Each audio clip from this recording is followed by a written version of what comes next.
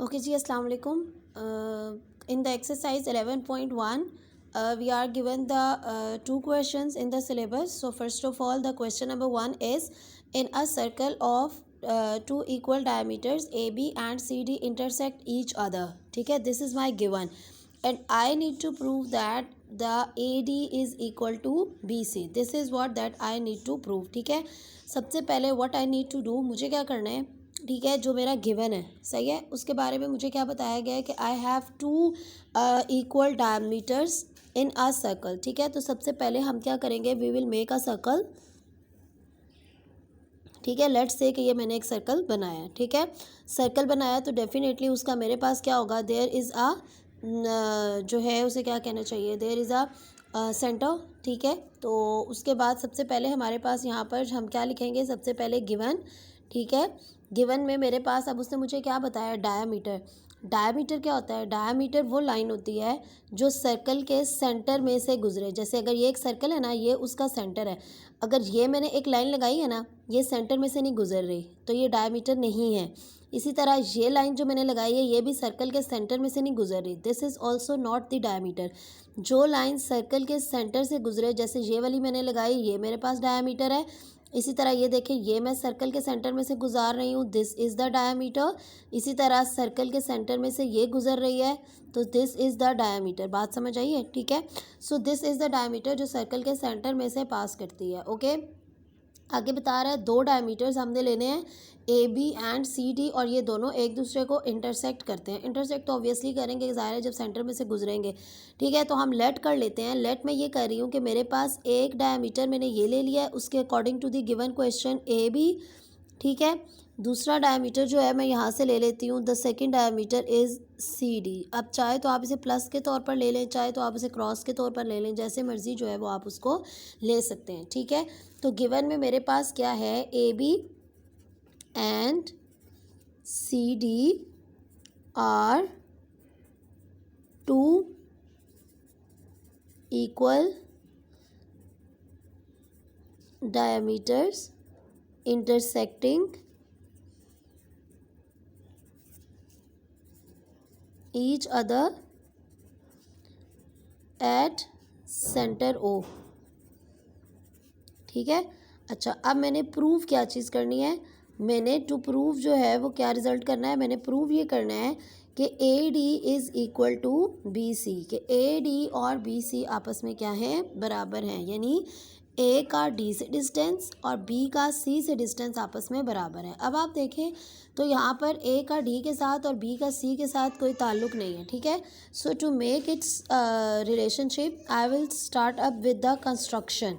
ठीक है, so construction में देखें मेरे पास क्या आएगा, मेरे पास आएगा join A to D and B to C. ठीक है, तो हमारे पास यहाँ पर क्या आ गया, I am left with this one and I am left with this one. यहाँ तक जो है वो मेरी क्या हो गई है, सिचुएशन हो गई है। ठीक है, फर्दर मोर मेरे पास जो रिजल्ट्स आएंगे उनको हम देखते हैं। ठीक है, तो मेरे पास यहाँ पर क्या आ रहा है, अब मेरे पास ये बन गई हैं दो अदर ट्रायंगल्स। ओके, सो अब मेरे पास बन गई हैं ये दो अदर ट्रायंगल्स। ठीक है, अब जब मैं इसका प्रूफ स्टार्ट करूँगी, so I will add up with the statements and reasons. Okay, तो सबसे पहले देखें मेरे पास इसमें क्या आएगा, I have two triangles in the correspondence with, in the triangle हम नाम ले लेते हैं A O D, correspondence with the triangle उसका नाम हम ले लेते हैं बी ओ सी। ठीक है, दो ट्रायंगल्स है मेरे पास, एंगल हम सेंटर में रखेंगे। ठीक है, पहली बात तो ये कि अब ट्रायंगल की जो कॉन्ग्रेंसी प्रूव करने के लिए हमने डिफरेंट टाइप्स ऑफ जो है वो पोस्टुलेट्स 9th क्लास में डिस्कस किए हैं। ठीक है, तो in those what we were having, ठीक है, हमारे पास साइड पोस्टुलेट था, साइड एंगल साइड पोस्टुलेट था, हाइपोटेन्यूज साइड पोस्टुलेट था।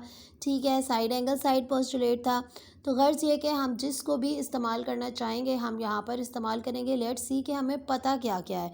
एक बात देखें, सेंटर से किसी भी पॉइंट का जो डिस्टेंस होता है उसे हम क्या कहते हैं, रेडियस। आपने ये बात पढ़ी है कि अगर सेंटर ऑफ सर्कल है तो ये देखें यहाँ से ये एक लाइन इस साइड पर क्या है, रेडियस। ठीक है, तो अब इसी तरह अगर ये मैं लगाऊं ये भी रेडियस, इसी तरह ये लगाऊं ये भी रेडियस, ये लगाऊं ये भी रेडियस, यानी सेंटर से सर्कल के किसी भी पॉइंट का डिस्टेंस जो है that is called the radius, ठीक है। तो अब उसी चीज़ को मैं यहाँ पर क्या करूँगी, इस्तेमाल करूँगी। सबसे पहले आप देखें तो अगर मेरे पास ओ ए रेडियस है इस तरफ, तो उस तरफ मेरे पास ओ बी भी क्या है, रेडियस के बराबर है, ठीक है। और रेडियस ज़ाहिर है एक ही सर्कल का है, तो O A will be congruent to O B, ठीक है। क्यों? क्योंकि मेरे पास ये क्या है, दोनों आपके पास they are the radius of the given circle, ठीक है। इसी तरह से अब ये एक साइड हो चुकी है, ठीक है। अब दूसरी साइड को देखें तो दूसरी साइड में मेरे पास क्या चीज़ है, सेम साइड है ओ सी, ठीक है, is congruent to the other side that is O D. वो भी क्यों, सेंटर से डिस्टेंस है तो रेडियस हुआ, सेंटर से डिस्टेंस है तो रेडियस हुआ, ये भी सेम लॉजिक है, मेरे पास रेडियस है, ठीक है। अब देखें ये दो साइड्स भी हो गई, अब साइड भी हो गई साइड भी हो गई, दरमियान में मेरे पास क्या है, एंगल है, ठीक है। एंगल में अगर मैं इस एंगल को लेबल करूं तो भी आप इसके एंगल नंबर 1 और एंगल नंबर 2 कह सकते हैं कि ये आपस में क्या है, angle number 1 is equal to angle number 2। क्यों? क्योंकि ये मेरे पास क्या है, वर्टिकली ऑपोजिट एंगल्स, ठीक है। अगर आपने एंगल्स लिखे हैं तो आप कंस्ट्रक्शन में बता दें कि लेबल एंगल 1 एंड 2, ठीक है। अगर आपने एंगल्स इंट्रोड्यूस नहीं कराए तो आप यहाँ लिखेंगे angle at A O D is equal to angle at B O C. अब देखें by using side central angle and side, by using side angle side postulate, ठीक है, ट्रायंगल्स आपके पास क्या हो जाएंगी, कॉन्ग्रुएंट, के triangle A O C is congruent to the triangle B O C, ठीक है। तो इसका मतलब ये हुआ कि इसमें AD will be congruent to or equal to the other which is BC। क्यों? क्योंकि वो आपके पास क्या है, corresponding sides of congruent triangle। Understand? उसके बाद है coming up with the question number 2। In the question number 2 I am having my given, और गिवन मेरे पास क्या है, in a circle prove that the arcs between two parallel and equal chords are equal, ठीक है। अब बात यह है कि कॉर्ड क्या होती है, ठीक है। जो लाइन सर्कल के सेंटर से पास करती है that is called a diameter, और जो लाइन सेंटर के सर्कल के सेंटर में से पास ना करे that is called the chord, ठीक है। जैसे ये मैं ऊपर कर रही थी, ठीक है, I was explaining to you over there, ठीक है। तो आप देखें what was going over there, वहाँ पर क्या चीज़ थी कि अगर ये जो लाइन मैंने लगाई थी ना, जो मैं कह रही थी डायमीटर नहीं है, अगर ये डायमीटर नहीं है तो हम इसे क्या कहते हैं, कॉर्ड कहते हैं। अगर ये सेंटर में से गुजरती तो डायमीटर होती, सेंटर में से नहीं गुजर रही, it is called the chord, ठीक है। चले अब है हमारे पास क्वेश्चन में, in a circle prove that the arcs between two parallel and equal chords are equal, ठीक है। तो सबसे पहले मेरे पास गिवन क्या है, given I have a circle, ठीक है, ये सर्कल है मेरे पास विद अ सेंटर ओ, मैं उसकी दो कॉर्ड्स ले लेती हूँ और पैरेलल भी हैं and they are equal also, ठीक है। तो एक का नाम मैं ले लेती हूँ ए बी और एक का नाम मैं ले लेती हूँ सी डी, ठीक है जी।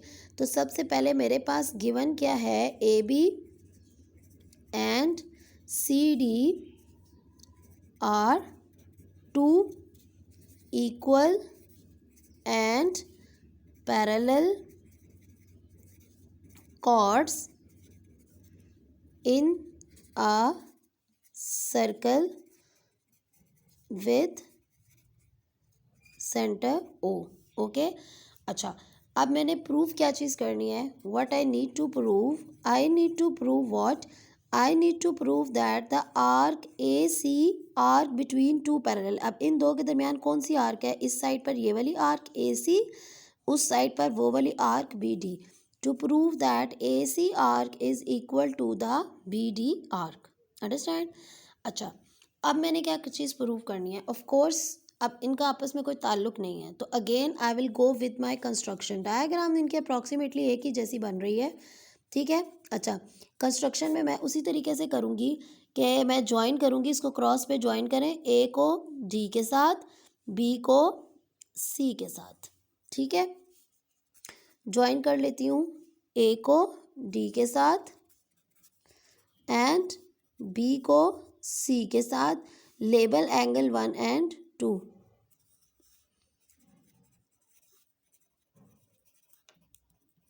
ओके अच्छा, अब उसके बाद देखिए मेरे पास नेक्स्ट पे क्या चीज़ आती है। मैं आगे जाऊंगी प्रूफ और स्टेटमेंट्स पर।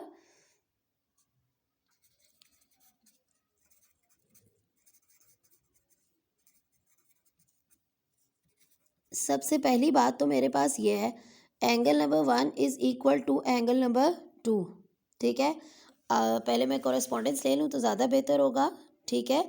इन द कॉरेस्पॉन्डेंस, अब देखें मैंने इस साइड पे इस ए सी वाले को प्रूव करना है ना, ठीक है, तो मैं इस साइड की बात करूँगी, ठीक है।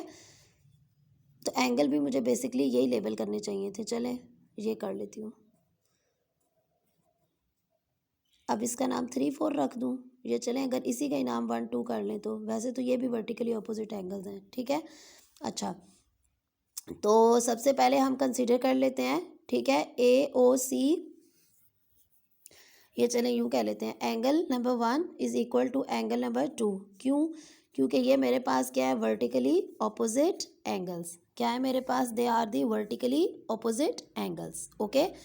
अच्छा, after they are vertically opposite angles, ये रिजल्ट मेरे पास प्रूव हो गया। इसका मतलब ये है, आप अगर गौर से देखें तो एंगल 1 क्या चीज़ है, ये देखें, एंगल 1 मैंने किधर लगाया हुआ है, इधर, ये चीज़ बनती है इसमें। इसी तरह दूसरी तरफ कौन सी बन रही है, एंगल नंबर 2 में, ये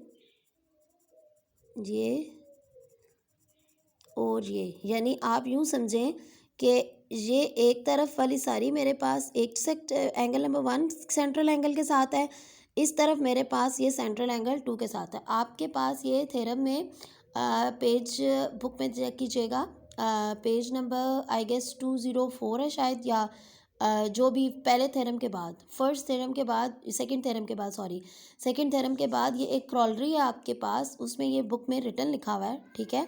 I don't have the book कि मैं अभी आपको शो करूं, ठीक है। तो उसमें ये लिखा हुआ है कि जब सेंट्रल एंगल्स इक्वल होते हैं तो उनके सेक्टर्स भी इक्वल होते हैं, ठीक है। तो आपके पास यानी equal central angles corresponding sectors are equal. तो जब मेरे पास एंगल नंबर 1 और एंगल नंबर 2 बराबर है तो इसका ये जो सेक्टर है, ठीक है, A O C will be equal to the sector B O D. Sector क्या चीज़ होती है? अब पहली बात तो ये है कि सेक्टर क्या होता है। सेक्टर होता है ये वाला, ठीक है, ये एक रेडियस, दूसरा भी रेडियस, तीसरी आर्क, इसे क्या कहते हैं, सेक्टर, ठीक है। तो अब जब मेरे पास, इसका मतलब यह है कि अब सेक्टर की डेफिनेशन में देखें, रेडियस बराबर है तो हाँ बराबर है, इसका ओ ए और उसका ओ बी आपस में बराबर होंगे क्योंकि रेडियस है।